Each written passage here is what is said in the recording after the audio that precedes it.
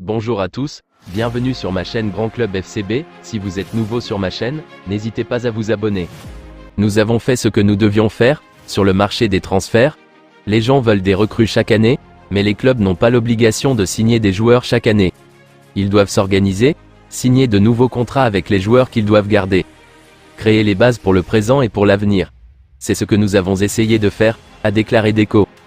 Le Barça n'a recruté que Dani Olmo et Pau Victor l'été dernier, bien que des rumeurs aient circulé sur un milieu de terrain défensif de qualité, Nico Williams et Joao Cancelo. Le club n'a pas pu réaliser beaucoup d'affaires de transfert après avoir décidé de retarder l'accord du nouveau contrat avec Nike et échoué à se séparer de certains joueurs qu'ils envisageaient de vendre. Je ne comprends pas tout ce qui se dit sur Frenkie de Jong, a déclaré Deco. Nous sommes heureux avec lui et il a un contrat. Nous voulons qu'il reste, mais il décidera de son avenir en temps voulu. Ce n'est pas un problème pour le moment. Nous espérons qu'il reviendra bientôt parce que nous l'aimons beaucoup, a ajouté le directeur sportif du Barça. De Jong est blessé depuis avril et la date de son retour reste incertaine. Le Néerlandais aurait refusé de subir une opération de la cheville recommandée par le club. Le joueur de 27 ans est souvent décrit comme un fardeau financier pour Barcelone, étant considéré comme le joueur le mieux payé de la Liga en ce moment. Le joueur lui-même a publiquement nié les rumeurs concernant son salaire élevé. Le contrat actuel de Frenkie de Jong avec le Barça expire en 2026.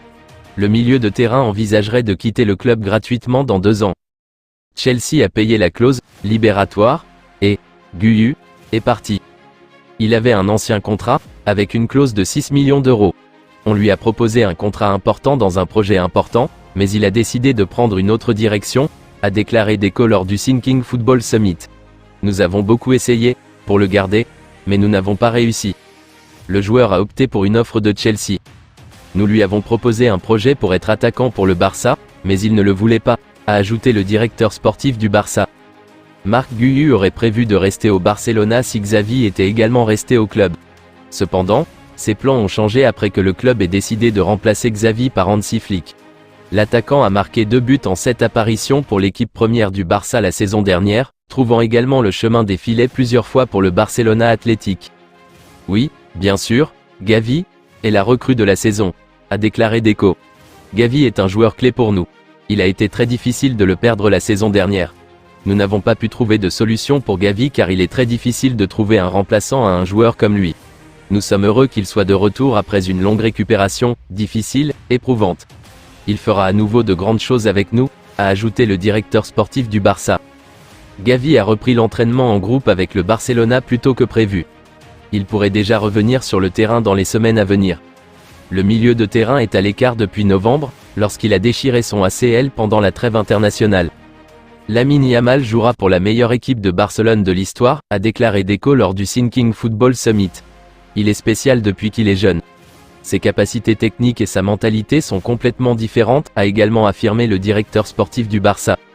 C'est une déclaration importante de la part de Deco, qui semble croire que le futur projet du Barça sera encore meilleur que l'équipe de rêve de Pep Guardiola. Lamine Yamal a probablement encore environ 20 ans de football de qualité devant lui, donc peut-être que les Catalans construiront effectivement quelque chose de plus emblématique que l'équipe de Guardiola au cours de cette période. Alejandro Balde a été aperçu participant à un exercice de centre lors d'un entraînement de Barcelone, et un fan a souligné que c'était quelque chose sur lequel Hansi Flick voulait qu'il se concentre. Les centres de Balde n'ont pas été aussi bons que ses autres qualités, mais il est clair que le joueur fait un effort pour changer cela.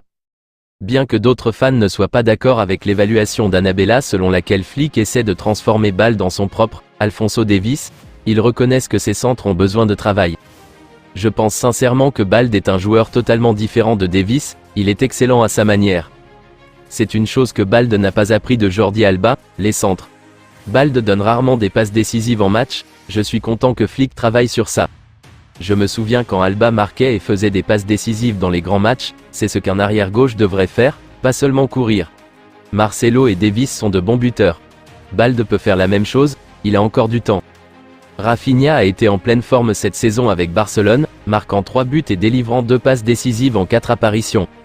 Je savais que si je voulais jouer et être la meilleure version de moi-même, je devais m'adapter le plus rapidement possible à l'idée de Monsieur Flick, a déclaré le Brésilien à Barça One.